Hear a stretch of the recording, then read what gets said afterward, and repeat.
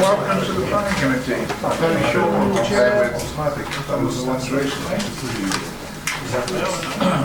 Right, first of all, Sonny Swapson. Oh, secondly, rather. I'll do firstly in a minute. Councillor Patrick? That's it, I think it's full house otherwise. Now, firstly, which usually comes before secondly, sign the minutes of the previous meeting. You always have something to Diane Osborne is with it.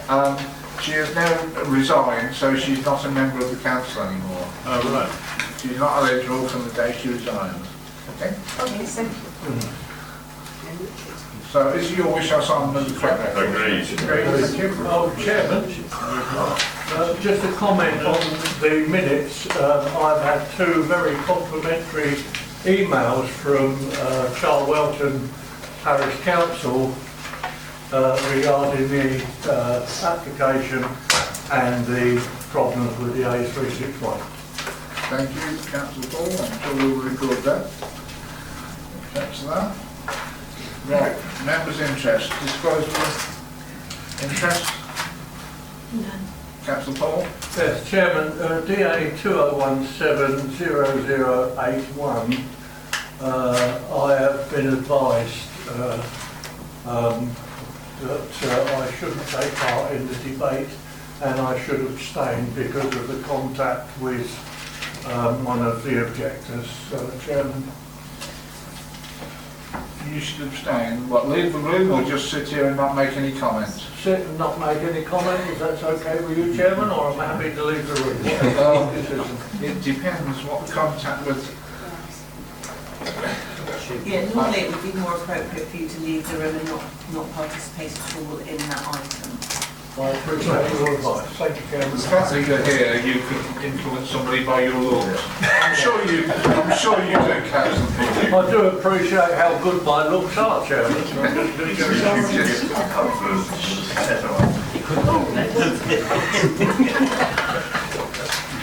Right, the next item, I'm sure you're all aware there is the first application that was on the agenda, notice to know is a delegated approval. The parish council came in with no objections, so it was delegated a couple of days ago.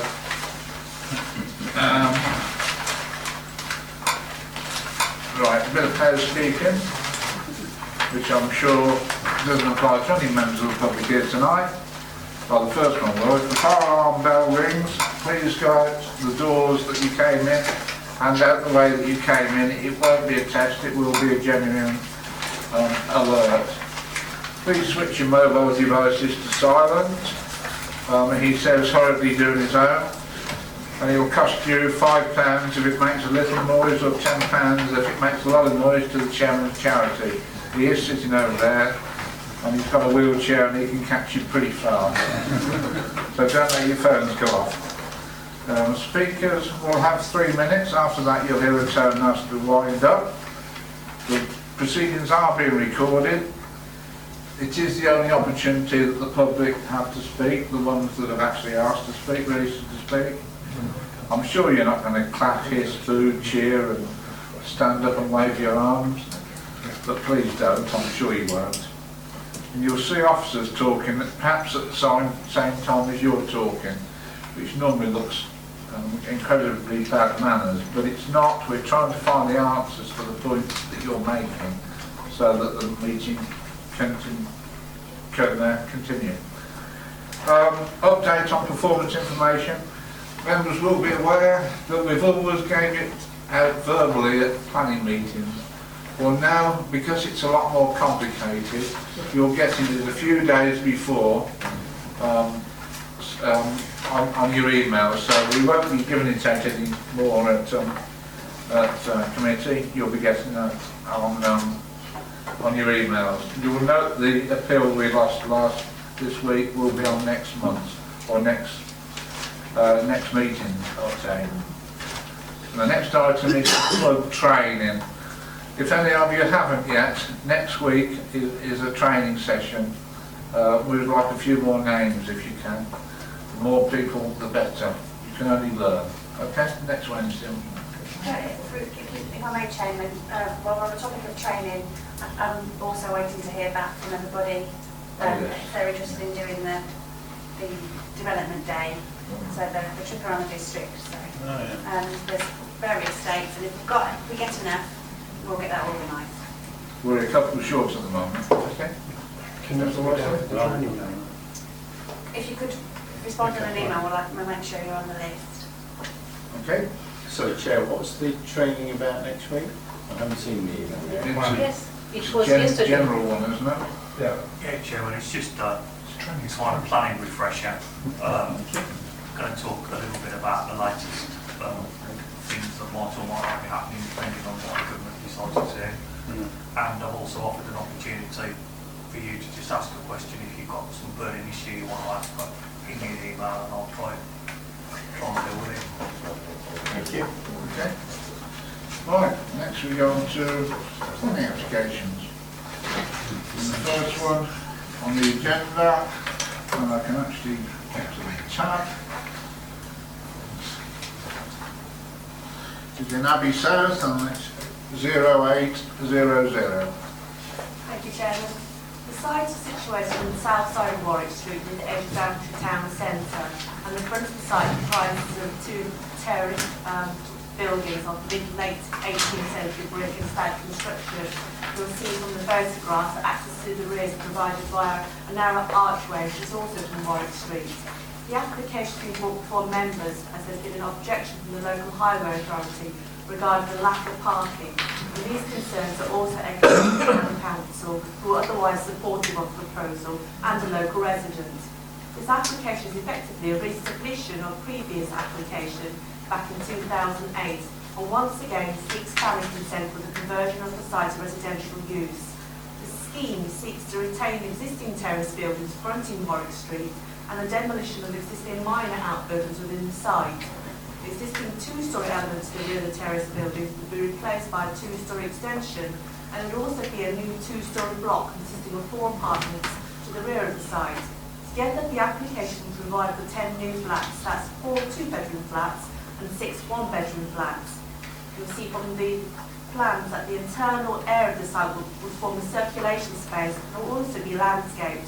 This will also include an area of refuge storage and also space for cycle parking. However, no on-site parking is proposed. In terms of its policy position, although the most recent planning permission for the site has now lapsed, the principle of the conversion and alteration of the site to form residential accommodation is considered to be acceptable. This is a brownfield site which is clearly in need of regeneration, and in also a sustainable location being very close and walkable to the town centre with a range of amenities provided. The proposal will maintain the existing fabric of the frontage of Warwick Street and present an opportunity to restore the current neglected appearance of the buildings. The design itself is identical to the one approved under the previous planning consent, which is simple and will incorporate traditional materials. The use of existing archway for pedestrian access into the site also preserves a historic feature and forms a secure entrance. The proposal has been designed to limit impact on residential amenity with no windows facing each other.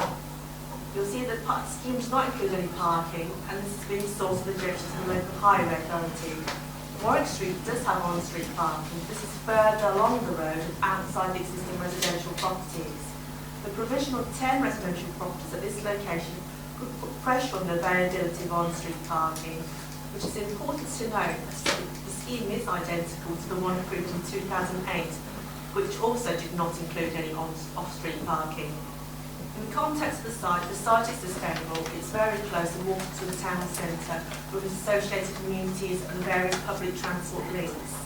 Cycle parking will also be provided within the site, and there are many public car parks close to the vicinity of the site. Equally, future residents would have the option to apply for a permit to park 24 hours within those public car parks.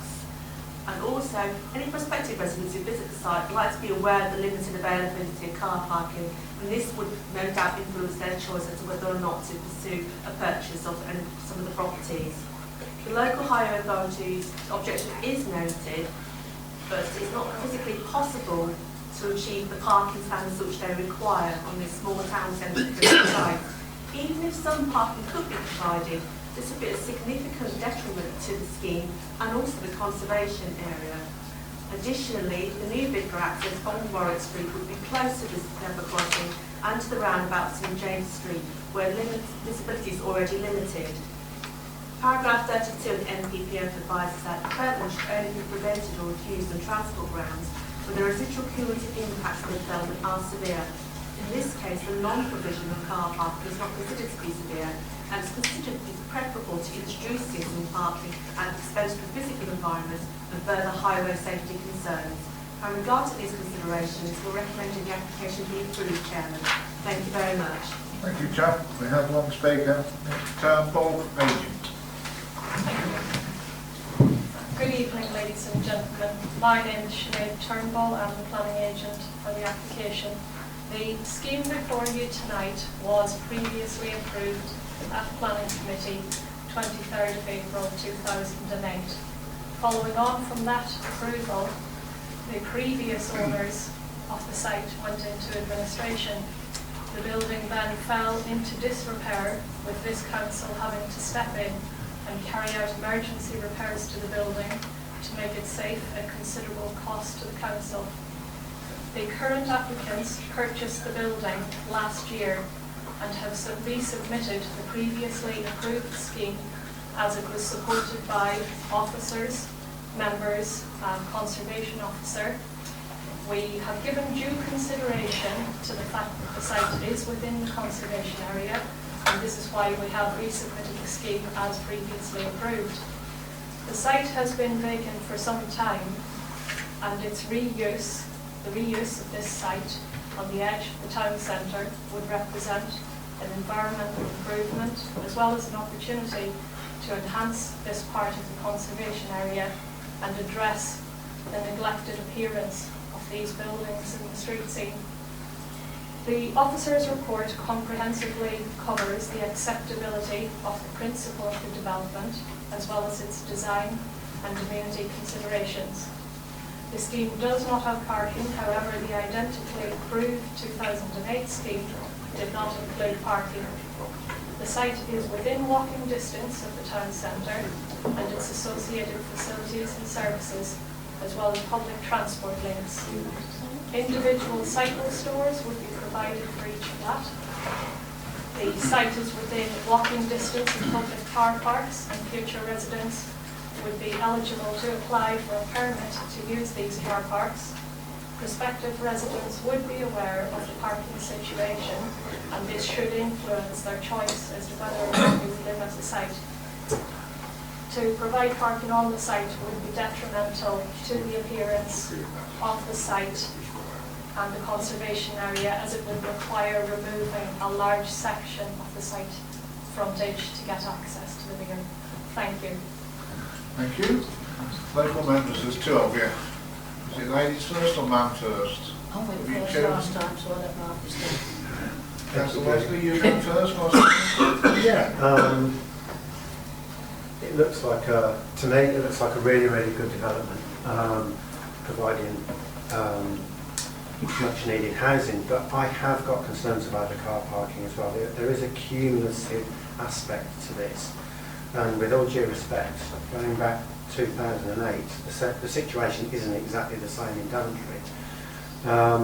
There's been other developments in close proximity to this one, adding to the pressures of the car parking. I don't think we should take it lightly. Having said that, I'm minded to say yes to this because of the overall benefit. But I do think this planning committee shouldn't take the parking lightly. And as for continually saying that people can park 24 hours in the public car parks, that just puts huge pressure on what we're looking to do as far as the retail offer in Daventry goes. It does have a detrimental effect, and we really, really shouldn't take it lightly. I'll just leave it there for the minute. Thank you, Councillor Wesley. Thanks, Robin. Thank you, Chairman. I must admit, I very much look forward to seeing the front of this put back how it used to be. I remember it well. I don't have a problem with it. Yes, there's no parking, but then again, there wasn't with the last one. And yes, things have changed up to a point. There's more traffic around Daventry, but that's not a good enough reason for turning it down. There are a few questions I'd like answered if possible. The zigzag lines I see go virtually the length of this with the pedestrian crossing in the middle. How are they going to get equipment, etc. in then? Because they can't park there, they're going to have to park somewhere else and carry it. So I'm a little bit concerned about how they're going to get their equipment in that they're going to use to change this over. Another thing is the refuse collections. There's a very good place to put the bins, etc. But what's going to happen when the lorries come around to collect it? They can't stop outside to collect bins. They don't usually go in, and you've got an electric gate there. You can't take all the bins out and put them on the path because it will get in the way of pedestrians. So I would like to see some sort of plan how refuse is going to be collected each week.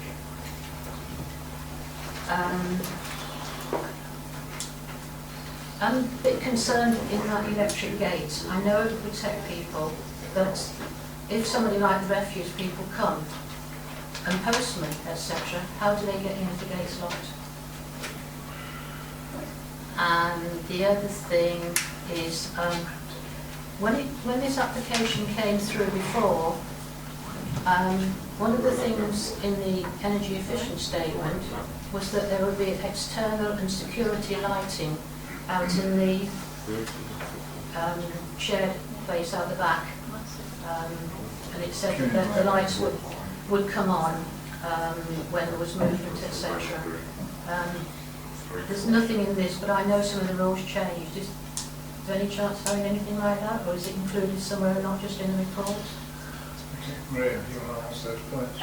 When you say access to the site, do you mean during the works, the conversion? While they're working, yes. Yeah, I mean that will be for them to organise with the owner of the property. It's quite common. Can't park there, can they? I mean, put lorries there with the crossing.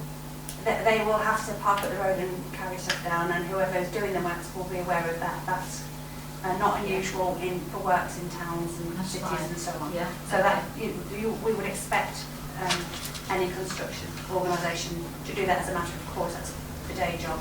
In terms of refuse access, the refuse vehicle will have to do what it does on all the other surrounding properties.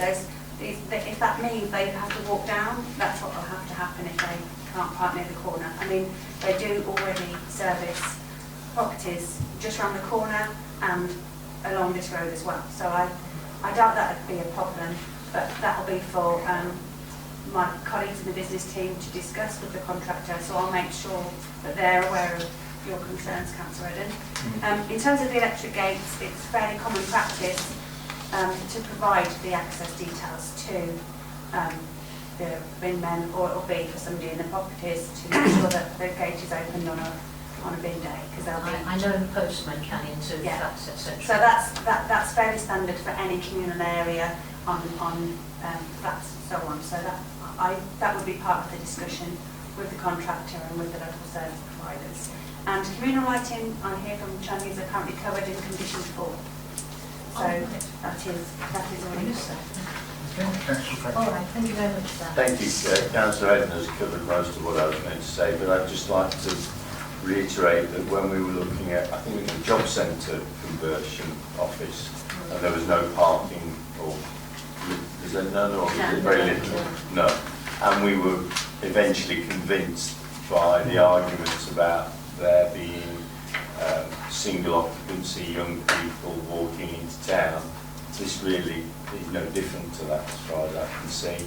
And as the report says, when somebody comes to buy or rent it, they will be made aware of the issue with parking, and it's up to that person to decide if they will take that risk, in inverted commas, or not. I think the balance is that it's such an unsightly mess at the moment that anything's better than nothing within reason. And for that reason, I'd like to propose that we go with officers' advice. Thank you. Do you have a second? Councillor Irving Swift was first with a hand up. You wish to say anything, Councillor Irving Swift, or not? No. Thank you. Councillor Ogre is the next one. Yeah, and I agree. I think it's a common sense. This is about common sense, isn't it? About what needs to be done in that area. My only concern is the zebra crossing and that protected zigzag area, which is there, most people know, to prevent vehicles from overtaking. And the only reason you can stop in that zone is to allow people to cross. I just know people, and if houses are down there, there is going to be a big temptation to quickly stop and to unload some stuff into their houses, and it only needs one person to do that, and a silly overtake, and then we may have a fatality. I know there will be repercussions of stopping in the control area, but still, it is a concern. I just wonder whether we should get highways to have a look at that either preempting there could be some problems or monitoring it, but if there are significant problems and breaches of stopping in that area, then the thing needs to be moved, because it will end up with someone getting hurt. Thank you. I can assure you, having one of these near me, a zigzag, that it's a £60 fine straight away. And it's 3 points. Yeah. Which is different from any other marking. So it's 3 points straight away on your licence, and there's no reason at all to park it there. Not in for loading, unloading, nothing, except for queuing for the zebra.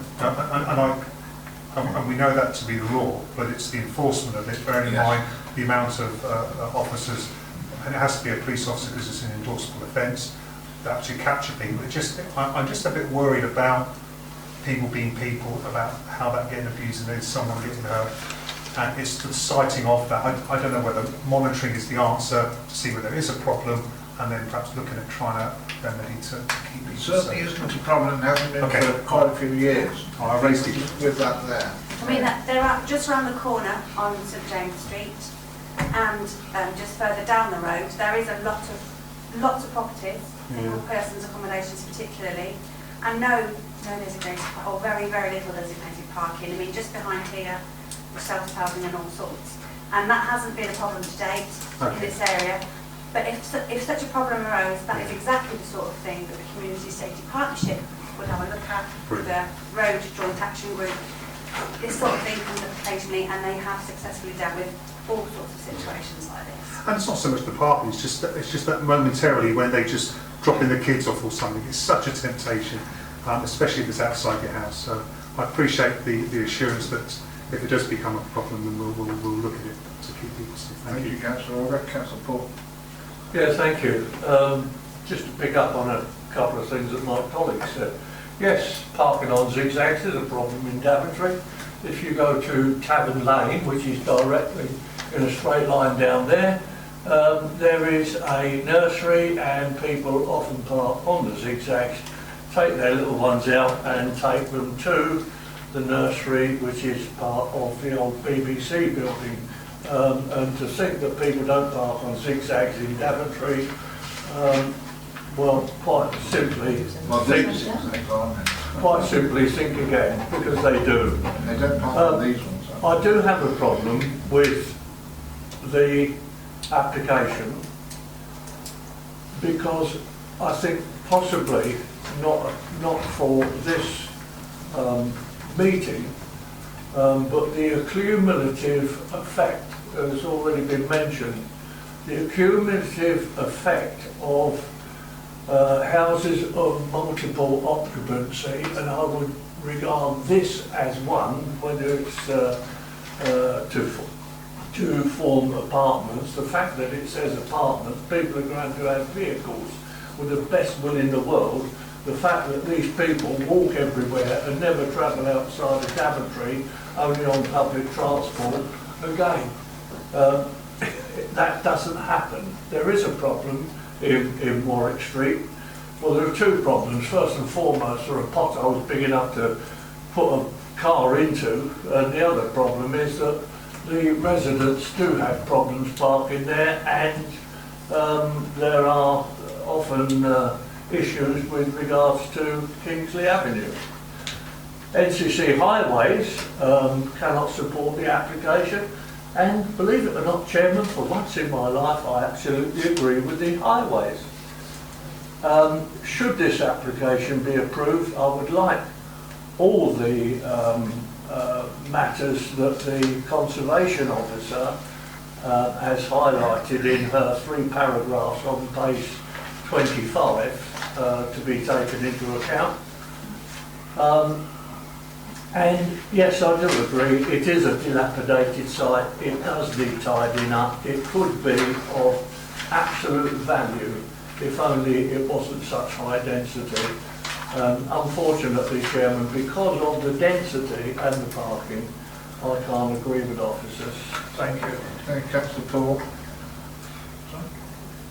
Yeah, come on. Just as a point of clarity, town centre parking is daytime and night time. There is significant capacity that's not used at the moment. I think that is a material consideration. Sorry, on this significant? It's significantly underused. There is capacity within town centre for parking. And it's monitored literally every month.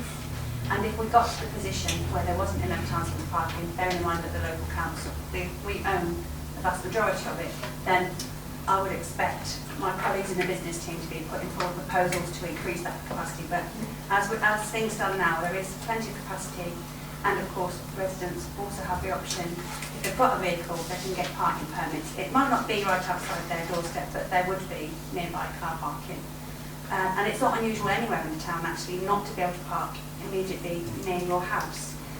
In lots of, I lived for many years on the Grange estate, and believe me, many of those houses do not have parking near to their homes. So, it's... I'm not talking with respect, I'm not talking about parking near a house. I'm talking about, my colleague mentioned the retail aspect. Just around the corner, there's a house of multiple occupancy now, 26 units within that house, which suggests to me there could be as many as 52 people living in that house with car parking, and this one and the ones down in the Market Square. I just think, not for this meeting, that a discussion should be had about multiple occupancy buildings within the town centre. Thank you. Well, I think you've got an undertaking from the officer here that it is monitored, the amount of spaces that are around, and once there isn't, I'm sure there'll be a chop on it anyway. So it will be looked at and it will be monitored. Councillor Robertson. Thank you, Chair. The point that I was going to make was this area is absolutely desperate for redevelopment. It's an eyesore and has been for many years. I only hope that this developer can get on with the scheme he's proposing, which is just a rehash of the previous scheme as we've heard already. And looking at that zebra crossing, it looks like it needs complete refurbishment in itself. Now, there may be a case, I'm not saying there is, but there may be a case of actually moving that crossing to slightly up or down the road. I don't know, I've not studied that, but it strikes me as... Sorry? It's in the right place. If it's in the right place, then fair enough, but the whole area is crying out for not just a doing up, a redevelopment. Thank you. Councillor Ritchie. Well, part of me thinks that anything that happened may improve the look of the place. But I'm very, very worried about the parking, about where it is. You know, okay, there are the zigzag lines of the zebra crossing, and of course we can say there are £60 fines if you're caught parking there. But the reality is that with that number of people, if people come back from shopping trips, dropping people off, people aren't going to want to stop there. I agree that it seems the right place for the crossing. It can't really be any closer to the roundabout. And the further it moves along Warwick Street from the roundabout, the less useful it is for people who are travelling down Warwick Street and heading north. I just see that it is a rather impossible position. It may be that there is plenty of space. There is plenty of space in car parks for people who take these apartments. And I'm trying to think just where these are. Certainly there's one up in Warwick Street, but it seems almost inevitable that the periods you're going to want to have people, or people who will have visitors that come and are going to be tempted to leave their cars simply outside there. adding to problems. So it's, to me, I'm not convinced by the arguments that yes, there's a lot of space and therefore all is going to be well. My other concern with the application is at the top of page 25. The applicants have submitted an affordable housing viability assessment stating that it will not be financially viable if they provide affordable housing. It's reported that the council has taken its own advice, which confirms this, but there is nothing in the documentation here that gives me any confidence that that is indeed the case. We have a great need for housing, in flats, for people who are looking for a single bedroom flat or a two-bedroom flat, housing of this nature, but they are looking for affordable housing of this nature. And I just think that this may be the wrong application for this particular site. Thank you, Councillor Ritchie. Normally, if an applicant says that it doesn't stack up and we can't afford affordable, officers of this council look into it and see whether that is a fact or not. And it's not just this council, it's other councils. It's happening quite a bit across the country where they say we can't afford this percentage, but we'll give you nothing or we'll give you this percentage. You would expect officers of that council to see whether they're telling the truth or not, and I would expect you so in this case. Councillor Wesley. Yeah, sorry, it's sort of already been covered, but as I said before, there are concerns about cars and transport here, and I do welcome the comments that I've heard tonight. But just on the zebra crossing, and I think it is right. Is there anything that we can put in that to ensure that that zebra crossing is actually revamped to make it very, very clear that it's a zebra crossing? Can that be part of the application in terms of cost from the developer? It would be up to this council to ask the county to remark the lines. We're coming up to the time when the county do the lines. The one in my village in the High Street, you can hardly see the marks, and in the Station Road, but they're coming up to the time when they will remark them anyway. So this council asks the county, I'm sure they will do it at the earliest possible time. I think the Google Earth actually was out of date, because I think the lines on that photograph look a little bit stronger than the one on the Google Earth, but we can put that through at any time. Okay. Out at the back, so yes. We have all spoken, but I would like to remind members that an application was in 2008, and we have to be mindful. Somebody is buzzing. Sure. No, I understand. Yeah. Thank you. So sorry, but also we are talking of 1-bedroom and 2-bedroom flat, and there is a provision for cycling, which I think a lot of people in town now tend to do. So I think the parking might be of concern, but if the officer say that there is enough place in town for people to park, I think we should go ahead and take a vote, please. Thank you. Councillor Parker. I take a different view. As I said last time, ENCC published the new regs September 2016 on parking. It clearly states the number of parking spaces there for the house size, bedroom size and things like that.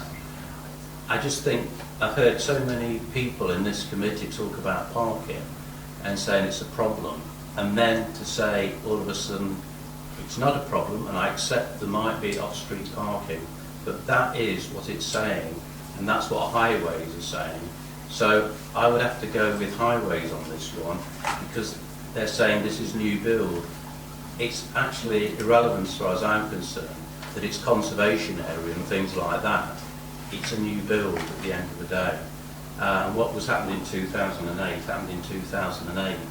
That's lapsed. So that's why I'd be minded not to go with officers' advice. Thank you, Chairman. Thank you, Chairman. I'll just come back on a couple of points that were being made. Certainly, in terms of the document provided by the County Council, that has been adopted by the Hampshire County Council, but today that particular document regarding parking standards has not been adopted by this local authority, and as such that document is only guidance for officers' consideration at this particular stage.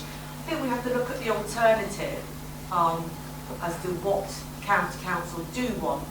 What the county council is concerned about parking, but the county council is saying that they want 21 parking spaces for this proposal, and that should all be provided off-site.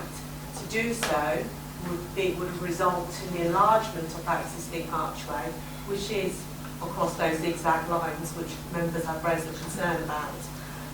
In my view, to present an entrance at that particular point would actually encourage people to be crossing those zigzag lines on a more frequent basis.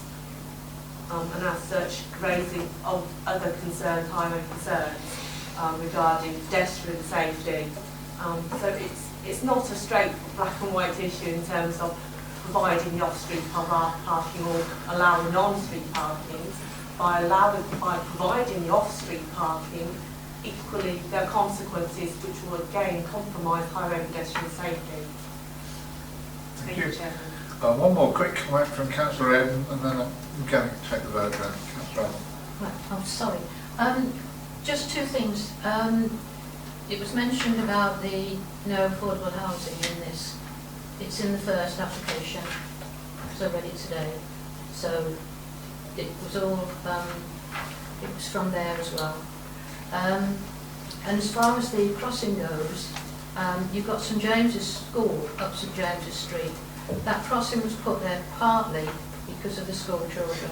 It's so far away, it's just a little distance from the roundabout to give cars time to turn, get round the corner and slow down. And if you put it further up the road, you'll get children being tempted to try and cross it before they get to the pedestrian crossing. So it's in the best place. Thank you. I agree with you completely.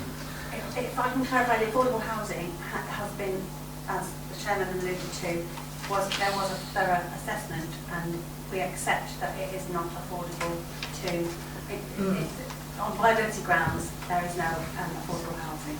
So, yeah, it was just that Councillor Richard brought it up, and it was actually in the first application as well.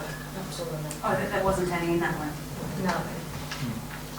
Thank you. Right, we have a proposal the application be approved, which has been seconded. All those in favour, please show. No? Those against? The application is approved.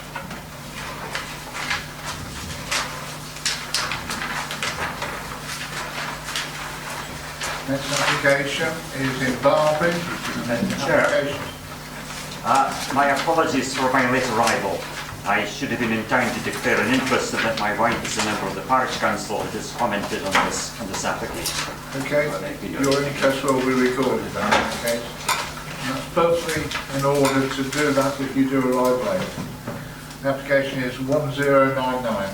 Thank you, Chairman. The property is a modern two-storey detached house dealing with substantial plots. The house is set back well from the street and sits between modern houses of Star Corner of Brackendown Drive to the south and west. The grade 2 listed buildings are Poplar Thorn Farm, Poplar Cottage and Richards Cottage lie to the north itself. The statute of expected planning application, which is for minor material amendments to a previous application, which was approved back in 2015. The 2015 application granted approval for substantial enlargement and remodelling of the existing house, including increasing the height of the ridge of the roof. The current application seeks permission for a number of changes. The changes are the design of the east being altered. This has been changed from a timber fascia and now has been replaced with a new design which is faced with brickwork. The edge of the roof is almost now flush with the face of the external wall, almost at the top line as well. There's installation of 6 roof lights, 5 north-facing roof slope and 1 south-facing roof slope. A first floor bathroom window has been moved from the south-facing elevation to the north-facing elevation. And there are also minor changes to the fenestration. These include removing or altering the size and position of windows, but not introducing any new windows to a previously blank wall. And there have been a number of internal alterations, including the construction of a staircase to provide access to the loft area. Following complaints from the parish council, officers have visited the site and taken measurements of the height, thickness and reach of the roof, and these are shown to be remained as approved back in 2015. and the only alteration is the visible brickwork. The matters for consideration on this application are the impacts on residential amenity and also the impact on setting of the listed buildings. The roof lights on the northern side of the house are found to be so high that it was difficult to have a view through them, other than views on the neighbouring rooftops of houses, but not of their facing windows or gardens. The single roof light on the southern side of the house is larger in area, but given that it would sit directly above the stairwell, it was found to overlook gardens at this side, but not any more than the pre-existing window, which was immediately below it. The new bathroom window was directly at the gable wall belonging to Hopthorne Farm, but this is a blank gable wall and does not have any facing windows. Furthermore, this particular window will be fitted with obscure glass and only opens at the top. Overall, neither the roof lights nor the bathroom window are considered to be detrimental to the privacy which is currently accorded to neighbouring properties. Regards to the setting of the listed buildings, the alterations to the eaves would result in courses of brickwork being displayed above the rendered finish of the walls. They do produce a slight change in the overall impression created by the building, making the wall seem slightly taller, but reducing the perceived volume of the roof. Any perceived increase in the sense of height or overbearing is considered to be marginal. The majority of the roof lights in the north facing of the house, adjacent to two listed buildings, they create a slight change in appearance of the roof again when seen from this direction, making it slightly more cluttered, maybe more modern. The visual impact is relatively minor and does not have the same impact as the introduction of a dormer window, for example. Both the alterations to the eaves and the new roof lights are visible from the gardens belonging to the two listed buildings, and they are regarded as having some impact on the setting. However, the overall changes are minor, and it's not considered to have to be sufficient to warrant a reason for refusal. As such, we're recommending the application be approved, Chairman. Thank you. Thank you, Chair. We have two speakers. First of all, Mr. Blizzard from the Parish Council. Thank you very much, Chairman.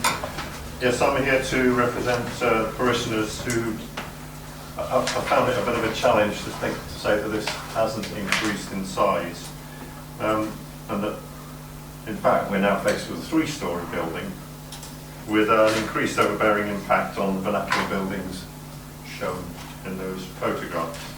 It's best demonstrated by looking at the architectural plan and the photos, if I could. I could start with the proposed architectural plan. Get to that one. This is the one, that was the original application, and you can see the bottom of the roof line comes immediately above the top story windows. We come to that's the original application back in 2015. Somewhere. They're both there. That's the approved one, and the one at the top is the... Oh, sorry, it's good. I apologise, yes. And then one above it, directly above, shows a sort of, I'm not quite sure what it's... The roof line is now above, somewhat above the window. And then there's a line of, I don't know what that's meant to represent, whether that's tiles that have been removed or what. But if we then look at the photograph and consider that window, move along to one of the photographs that we sent in. Yeah, you can see from the bottom photographs there's actually quite a big gap now between the top of the window and the roof, the bottom roof line.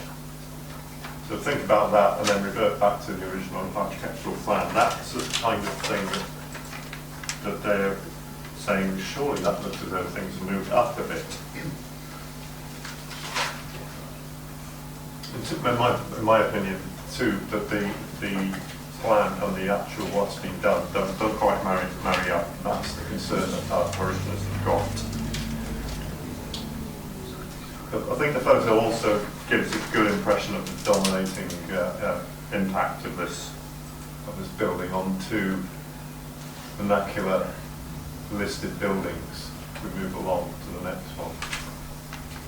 Yeah, it really does stand out like a ship sailing past it. I've also got a question I'd like to raise. Is this the right forum to ask a question, a technical question? It may be answered later on, but it won't be answered straight away. Oh, that's all right. No, I was not expecting that. Because one of the things in the summary say that the alterations under consideration basically could have been carried out as part of permitted development if it's been done properly. But the thing that's confusing me, and I could be completely wrong here, is that one of the conditions on the original application was, the fourth condition, said that no development should be carried out which falls within classes A, B of Part 1 of Schedule 2 to the order without prior express consent. Does that mean that permitted development is not allowed? We'll answer that later Yeah, on. okay. So basically, we're confused by the plan. It looks as though the roof might have moved up a little bit, and I've got my question. That's it. Thank you. Perhaps, can you comment on that question? No, John. Yes, of course I can. Then we've got rid of it. Yeah, that's, thank you, Chairman. With regards to the removal of permitted development rights, we have to look at the intent or what purpose the development rights were removed. In this particular case, it was to assess the impact, to allow officers to assess the impact on the listed building. It doesn't prevent them from exercising those particular development rights. What it does, it allows them to present an application to the authority so that we can consider any application. Now the question was whether or not they could carry out under permitted development rights. If we look at the report of the previous application, the intent was to prevent the insertion of dormer windows, which I think you would agree are substantially more, have a substantially greater impact than the insertion of roof lights. So if we look at that intent, and then had they presented a proposal to us to insert the roof lights, the likelihood was that we would have dealt with it as a non-material amendment to the application. So in effect, it wouldn't have been a planning application. Equally, had the applicant constructed the proposal in accordance with the approved plans, and those permitted development rights could have been exercised later on. Thank you, John. Right, the other speaker is Mr. Gray, who's the applicant. Hello, I'm Mr. Gray, as the Chairman said. My wife and I, we bought the house in Barbie 2 years ago, and quickly realised the potential to extend and remodel the house. As you can see, it's fairly different. The Conservation Officer's report on the original application described Three Star Corner seen as a glimpse view between the two listed buildings as obviously different. So to address this point, we looked at ways of making the house complement rather than contrast with the surrounding buildings. We looked at various old houses in and around Barbie and noted there's quite a few properties without any eaves overhang and with rise and fall gutter brackets and built into corbelled brickwork. And this means you don't have any modern plastic fascia boards. So as you see from the photos, it's now a fairly long white building with a dark grey, fairly steep pitched roof. It is no longer obviously different and fits in with the surrounding buildings quite a bit more than the original building ever did or could have. And the adjacent listed buildings are predominantly long white buildings with steep pitched black roofs, and both of them have a number of roof lights fitted. And as confirmed by Steve Cutler's report, the house is built to the approved plans size-wise. It's been measured by him and an investigating officer. So that puts an answer to anyone's question that is it higher than it should be? No, it isn't. The roof lights are only fitted after contacting the planning department and confirmation from them that they are allowable, and this is actually under permitted development part C, which wasn't taken away when permitted development was granted, when planning was granted.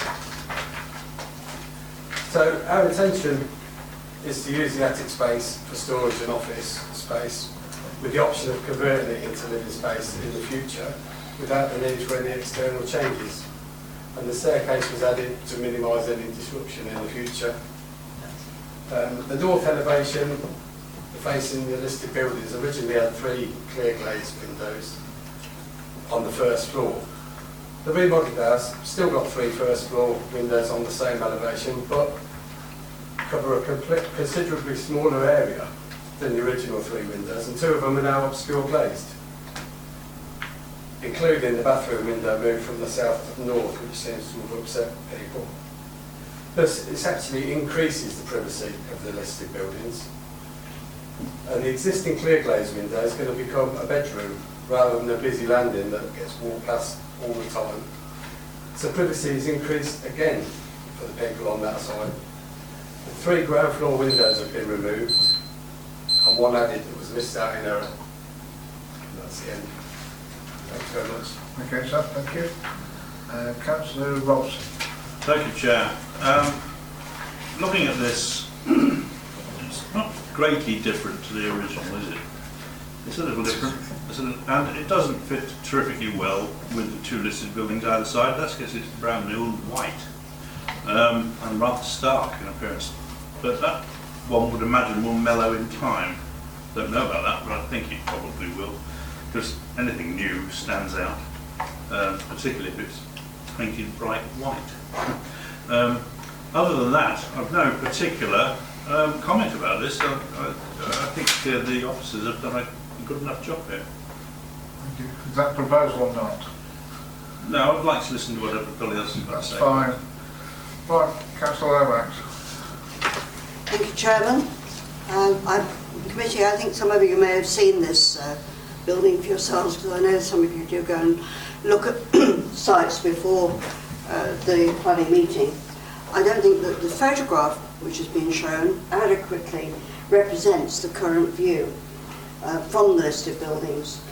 My own reaction when I went without any forewarning of what had happened into the area, my immediate reaction was, how on earth has permission been given for this? Because it was so dominating, and I couldn't understand how it had come about at all. However, I can say that what it doesn't do is sustain or enhance the heritage of Barbie. It doesn't minimise the harm to the heritage assets, and that is against Joint Core Strategy, BN5, and it's also against GN2. And it's contrary to the Barbie and Darnley Neighbourhood Plan, BOD1, in that it does not contribute to retaining and enhancing the local identity and sense of place because of its bulk and its massing. And there's no other 3-story buildings in the vicinity. It's totally out of keeping, in fact, with the area. The 2015 application was for what is described in the officer's report this time as a substantial enlargement and remodelling, increasing the floor space by 100, just over 100 square metres, and increasing the ridge height.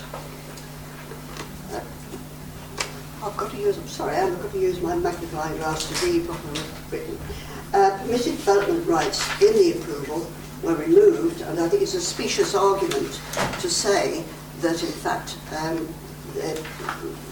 that they were not removed, and this could have taken place in any case without a planning application, because it couldn't. It really simply couldn't have done because of the condition imposed first time round. The changes to the roof line have caused the impression now of considerable increase in height, and it's not marginal, and the roof lights make the appearance of the roof very cluttered, and the visual impact is not any longer minor. Please, committee, heed the advice of the Conservation Officer and refuse the application. Councillor Wilson, you wish to... Thank you, Chair. I just want absolute clarification as to whether these rights were or were not taken away. Through you, Chairman, Class C rights were not removed from the proposal. What Class C right allows to do is any other alteration to the roof, as long as it's true 15 centimetres above the plane of the roof. So, yes, the utility development rights were removed with regards to Class A and B, but the intent was to remove the provision of dormer windows, the insertion of dormer windows, which is under Class A and B.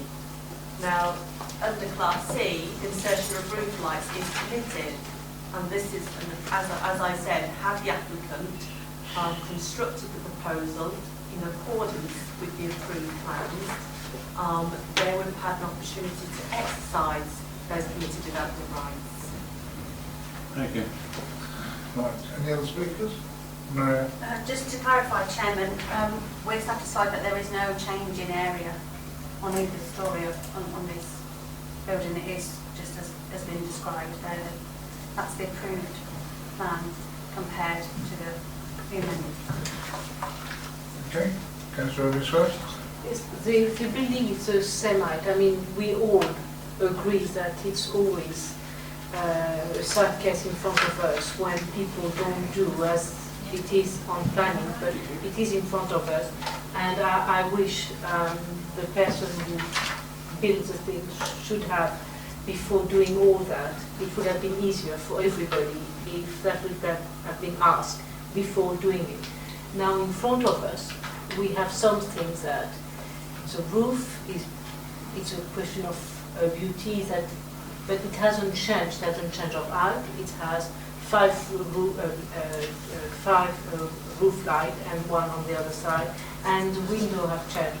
So I do think on planning round here, I could not find a planning reason to go against officer advice, so I will propose that we accept officer advice.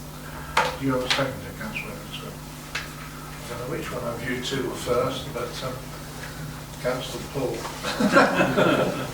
You can't see Councillor Paul, but the Councillor behind you was pointing like that, as well as you pointing like that. I would have filled a knife in my back, Jim. Does anybody else wish to speak? No, I'm happy with officers. Just we've heard a lot about. Sorry. Carry on. No, you said you just happy. Okay. So it's no taller than the original. Officers have been out there following concerns raised by the parish council, but eaves height is as per that. Right. So it's and just. the ridge height is as per that. So it just looks higher. It isn't higher. Okay. That's that. Thank you. Thanks. Right. Thank you, Chair. We have a very quick one, Councillor Lomax. Just to say, Chairman, that actually when the officer and the investigation officer went out, they estimated the roof height. They were not able to measure it exactly. My understanding is that measurements were taken. Hold on a second. I'm sure that they were very capable of experience. John. Thank you, Chairman. Through you, Chairman, my understanding measurements were taken, and I think we shall have a little bit more faith with your officers, Councillor Lomax. Thank you. We have a proposal the application be approved. Sorry, Councillor. Councillor, you wish to say This is my big concern as to whether this building is bigger than it should be or not. Can we not simply be told what the height is that has recently been measured by the officers and how that compares with the height that was proposed in the initial plan? Well, we've got an undertaking by a planning officer that's saying the officer went out and said it is exactly the same height as the other one. You can't be clearer than that, can we? Well, if there is the evidence it is there, because we have other people saying that it is different. Well, the other people aren't saying how different it is either, are they? No, I entirely accept your point, but I believe that the officers are probably better equipped to make an accurate measurement than the objectors of the parish council. Okay. Well, we can't do any more than have an undertaking from an officer here that the officers went out and checked it and it's exactly the same height. All we haven't been able to give you is it's so many feet or so many metres, so many inches high.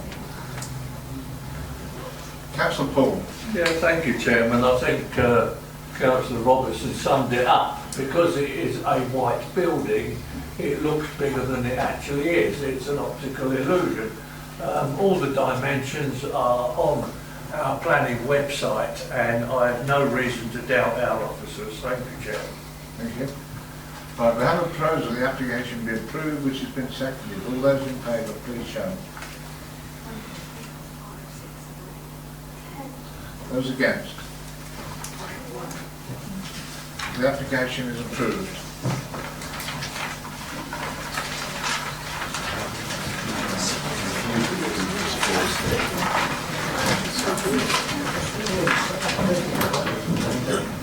Next application is in Drake, and it's 0024.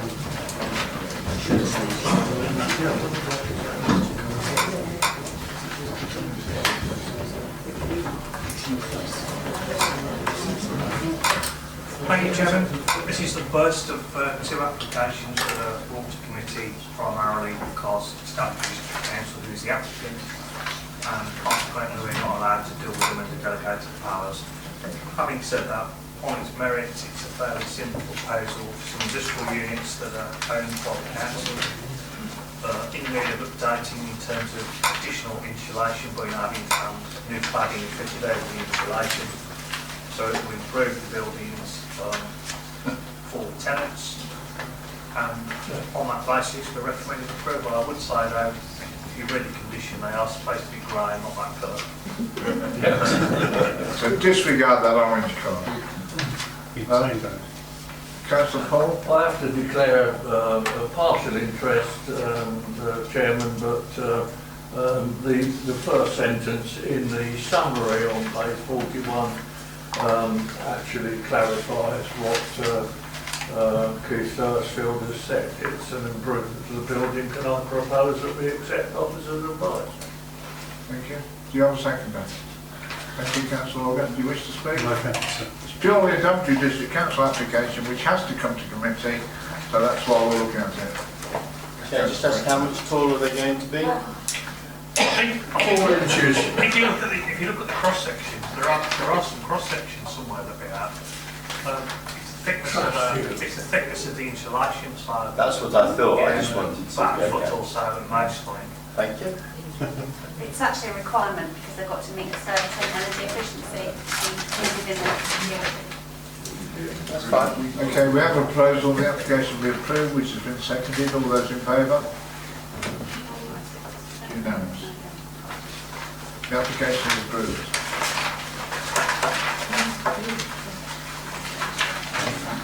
Second one, again, one of ours, 0025, again in Drayton. Yes, thanks, Chairman. These are slightly different looking industrial units, a bit more modern, I think, but similar proposal to put external cladding over new insulation to improve them. The main difference here is they've got curved eaves on the roof line, and again they're proposing to put curved eaves over the top, and on a cross section they showed some sort of bracing mechanism to achieve that. So the height on these might go up a little bit more than the height on the others. And again, it's not going to be those hideous colours, which is even worse on that one. Oh yeah, there's a cross section showing how they're going to deal with it.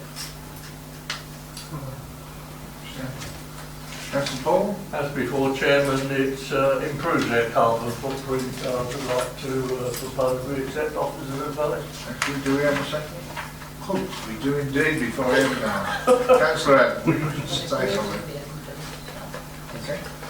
Anybody wish to say anything on them? Okay, we've got a proposal that it be approved, been seconded. All those in favour, please show. Unanimous again. The next one then for reasons already discussed. Okay, thank you, Councillor Paul, and good night. The next application is in Drayton, 0081. And we're waiting for council to close the door before we start.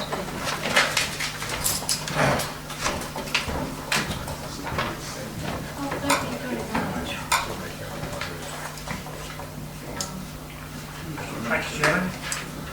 Property on the green, Daventry. As you'll see, they're former local authority houses, built to a fairly standard design with long terraces. As you'll see from the photos, the design of the properties is such that on the front of the dwellings there are lots of expanses of brick walls with very few window openings and very small window openings. And most of the light that goes to these properties comes from the rear of the properties, which is where the proposal is to build an extension on the back of the property. You'll see from the plans that we've shown, we see from the report, this is a larger extension than could be built as permitted development. but it's been moved away from the boundary so that it will comply with our 60-degree guideline, and we've shown that on the drawing for you there. And we've also shown in red what could be built as permitted development, which could be built up to the boundary and would infringe the 60-degree line. So on that basis, we've taken the view that what's been proposed is better than what could possibly be built as permitted development in terms of loss of light to the neighbour. Now, I know they're not happy about that and they're down to speak, and they have provided some photos, but it does face south, so the sun does go round the back of the house. And as I say, because of the design, most of the light does have to come from the south because there's hardly any windows in the north part of the dwelling, but that's how they were designed.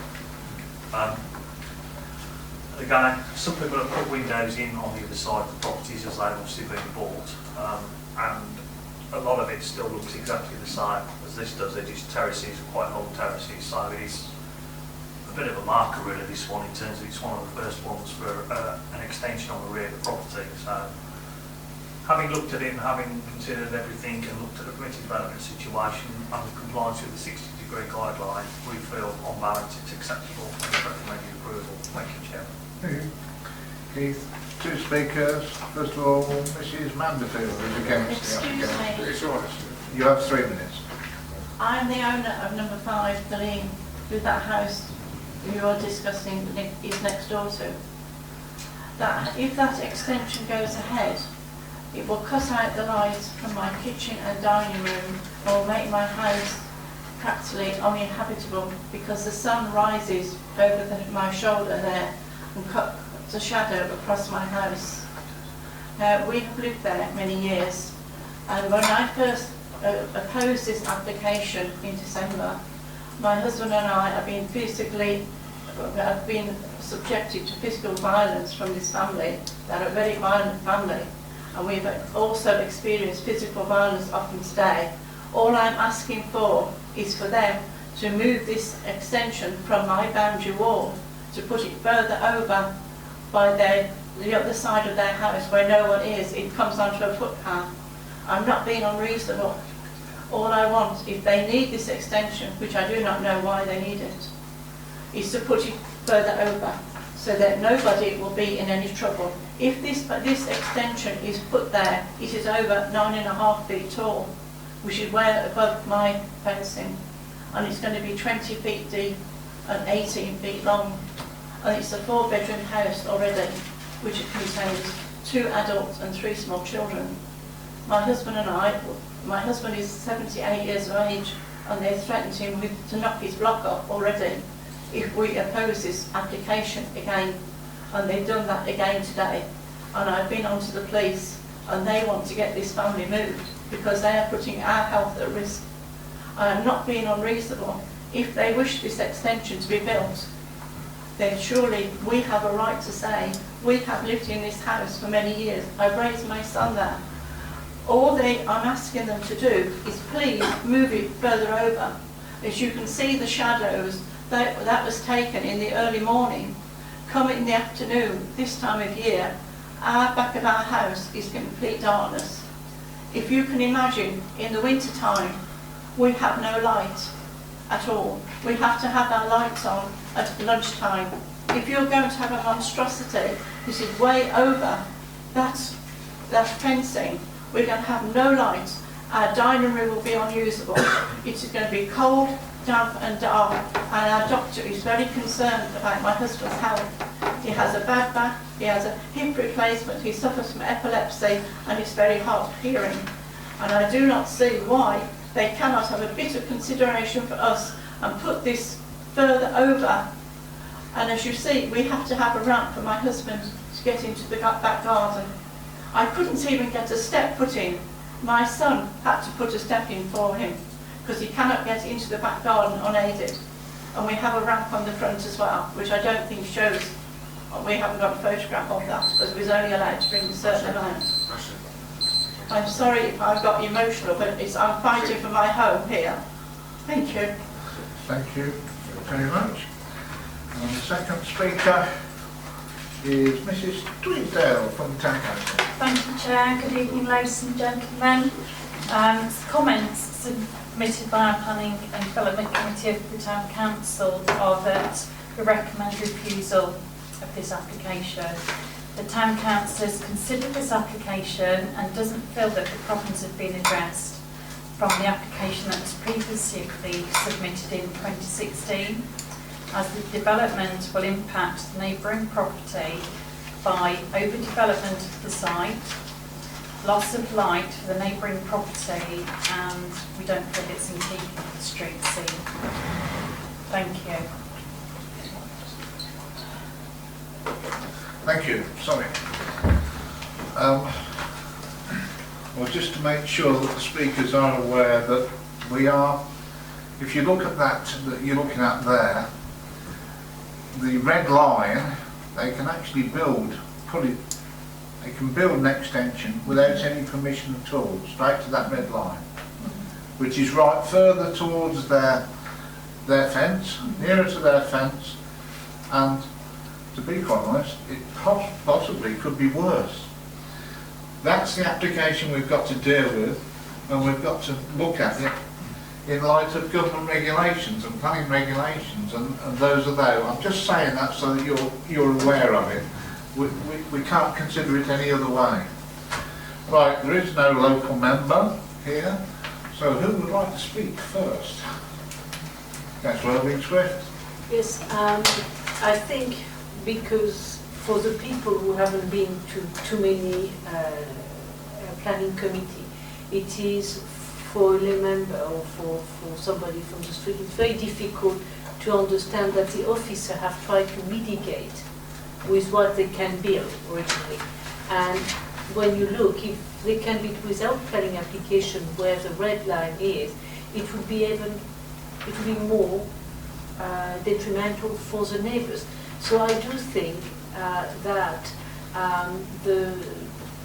they can move maybe a bit farther, that may be a possibility, but they cannot move too fast because otherwise they have the door of their kitchen. So maybe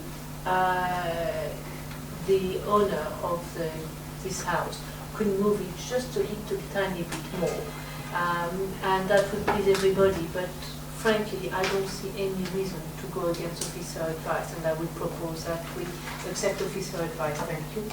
Thank you. Do you have a second to press down? Yes, Councillor, would you like to speak now?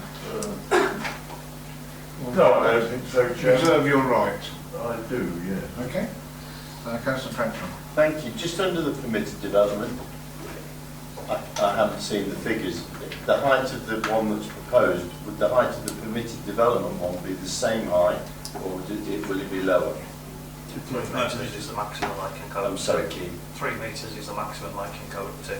On permitted development? Yeah. How tall is It's the site, basically. Yes, okay, so the height will be the same, that's what I was getting at. Thank you. Any other comments? Yes. Councillor Organ. Yeah, you know, I appreciated the comments from both parties, and it's very emotive. But I think our responsibilities have to be about, you know, what is right in planning, and so therefore, though I do have a lot of sympathy with regard to the way that they're being reportedly treated, I would go along with officers on this particular case. Thank you, Chair. Thank you.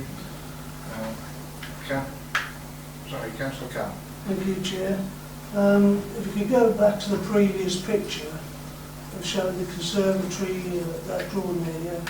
I mean, the reason why it couldn't go more to the left as we're looking at it, away from the neighbour's house, is because isn't it up to the boundary of that window there, of the dining room, so perhaps that's a fire saying they can go without bricking up that window. I do have some sympathy with the neighbours and the loss of light and everything else, but on planning grounds, and what, you know, I can't see any reason. I'm going to look to refuse it, but there's just no reason there. Even the town council has got that it's overdevelopment. As the officers have quite rightly said, that they could build something even more monstrous than this. So, you know, they have no choice really to go with officer advice, unfortunately. Thank you. Mr. Carl, Councillor Robertson. Thank you, Chair. Everything that's been said by councillors and officers is perfectly true. Unfortunately, we've all got a great deal of sympathy for the neighbours.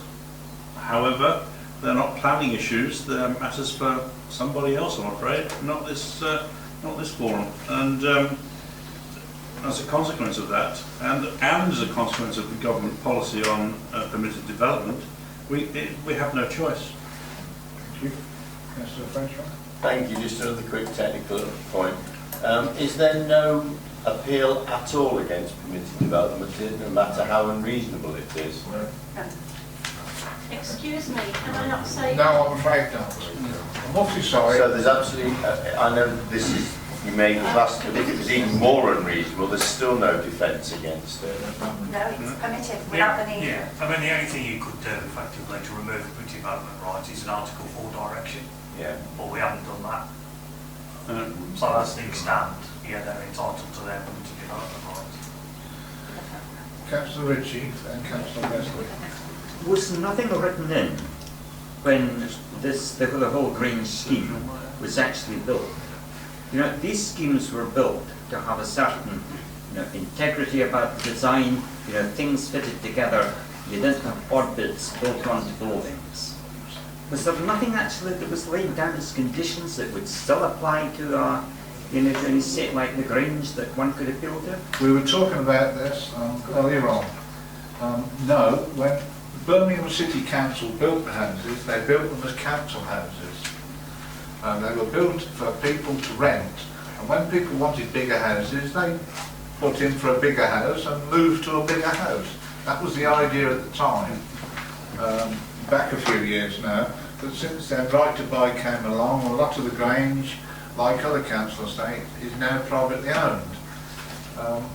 I mean, I'm following on from that, Graham? yeah, outside planning regime, I happen to know, as a former owner of a couple of properties on the Grange, that they do have, most of the properties do have restricted covenants, so you're not supposed to do things like double glazing, put porches on or do extensions without getting the permission of the original landowner, which generally only happens when somebody comes to sell a house because they realise an astute,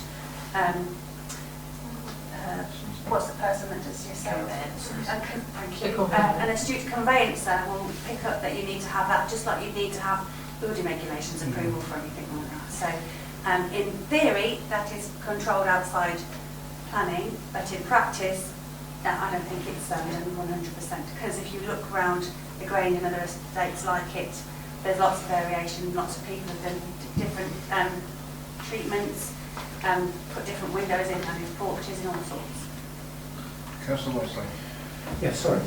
I mean, we're throwing a rock in a hard place here, aren't we? It's absolutely desperate. But just to be clear, if everyone wanted to do that along that road, everyone could just put a whole line of permitted developments. Yeah, to be clear, that would go. That red line deliberately doesn't finish anyway because it could be the entire back of the house. And these are wide houses. So where that red line starts, it could go all the way along to the boundary without needing permission. I mean, it does beg the question, I mean, do we have no authority or powers going forward to... Not at all. The government has said that is outside planning, that is permitted without the need for planning permission. Yeah, the government have also said if you try to take permitted development right away by an Article 4 direction, they will scrutinise it very closely and they probably won't let you do it as well, unless you've got a good reason for doing so. Councillor Chapman. Point of clarification. Looking at that diagram that we see now, can you tell me where north is?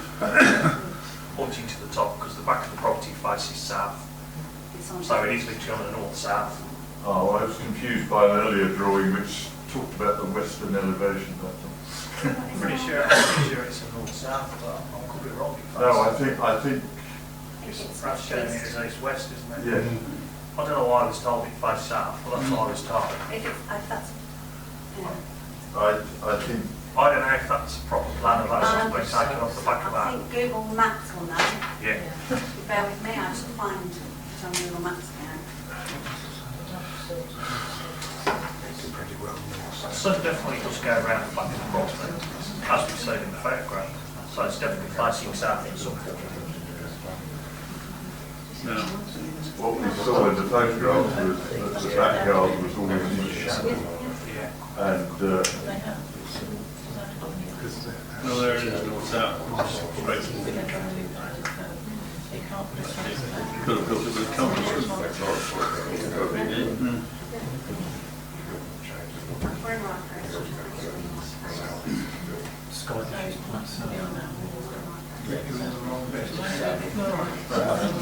Just off south, yeah.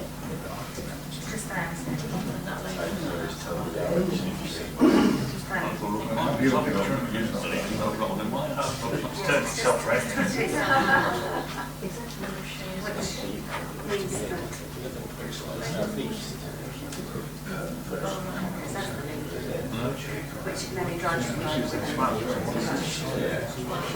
that makes sense with the drawing, in which case... It is north-south. Yeah. Okay.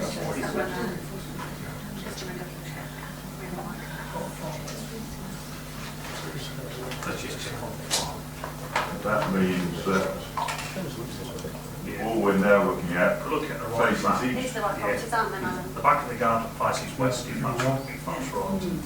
Yeah. Yeah. And therefore north is to our It right. says south in the report, doesn't it? North and South south. is to our left. It does say south in the report, that's what I got it from. So the shadow of this extension will not fall over the neighbour's garden.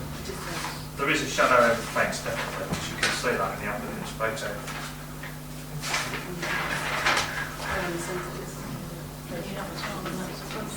Okay, we do know the objection now, do we?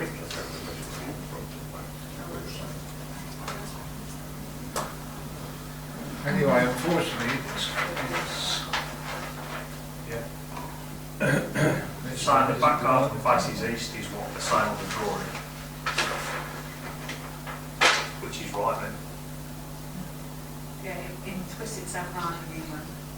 Yes, if the back garden faces east, the sun never gets round to the side where the extension is built, so that it can't cast a shadow over the back garden of the neighbour.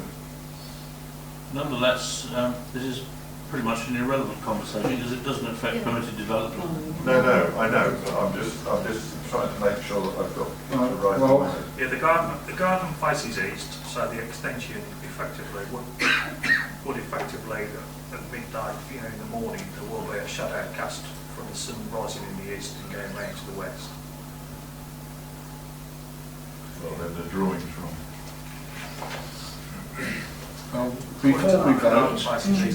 Before we vote, I'd like to say to the objector sitting at the back that we're deciding on an application that is before us. We can't decide on where you would like it to be or where we think it would be better. We have to decide on the one before us. Even if we don't like this one, they can build one right up to your fence, the same height, and right across to the other side of their garden as well. So they can do that without any planning permissions whatsoever. So we are tied with planning law whether to give planning permission or not. Is this better? It probably is fractionally better than what they could be doing. And I think that's what the members have been saying. They could do one anyway, and this is probably fractionally better because it is away from the fence. But it does alter your concerns, I accept that. But that's the position we're in. And you're not allowed to answer, I'm afraid, I'm sorry. I don't usually explain to people, but I just hope you'll She doesn't hear too well. I don't hear you so well. She Could you doesn't hear please too well. explain it again? I don't hear Yes, you we'll well. come up the front then. It'll be easy. Come up here. Because I don't hear too well either. I don't hear very well. Right, just to make sure, because we know you're seriously concerned. I'm not being unreasonable. No, you're not. Oh, I don't hear so well. Right, you're not allowed to answer, that's one thing, okay? Just to make sure that you're aware, we're all aware that you don't like it, okay? But they can build one right up to your existing fence now, the same height, without any permissions whatsoever. It seems outrageous to me. Well, whether it is or whether it isn't, I understand. that's a fact. They can do it. So it's the devil in the deep blue sea. The application is for one away from the fence a little, the same height as what they can build anyway, They can go all the way across to the end of their house. They can do that anyway without us saying yes or no or anything. So we're tied. So what do we think is better for you? Is it better to let them go ahead and build one straight across? Is it better to get this council fined hundreds of thousands of pounds for saying no, you can't have planning permission? Or is it better to give you a little bit away from the fence so you've got a little bit to see? So it won't be right up against my... No, but it could be if they put in permitted development rights. They could build it right up to the fence, but they're not doing so. So how far from my fence would it be, please? Because I don't understand meters, you see, so... It says approximately 1.1 metres, which is 3.5 feet. That is quite... Yes. Okay. So our house won't be completely in the dark. It won't be as bad as it could have been had it been right up to the fence. Yes. I'm sorry, but we can't say anything else. We don't usually speak to people afterwards, but I don't hear so. I just wanted you to understand what our position was before we vote on it. And we probably look like a load of no, I've nasty never been to bureaucrats. these people, and I don't hear so well. Okay. Thank you for explaining to me. My pleasure. Thank you very much anyway. Thank Right, you. we have an application that's been proposed for approval, which has been seconded. All those in favour, please show. So it's 3.5 little away. It's unanimous. The application is approved. Yes.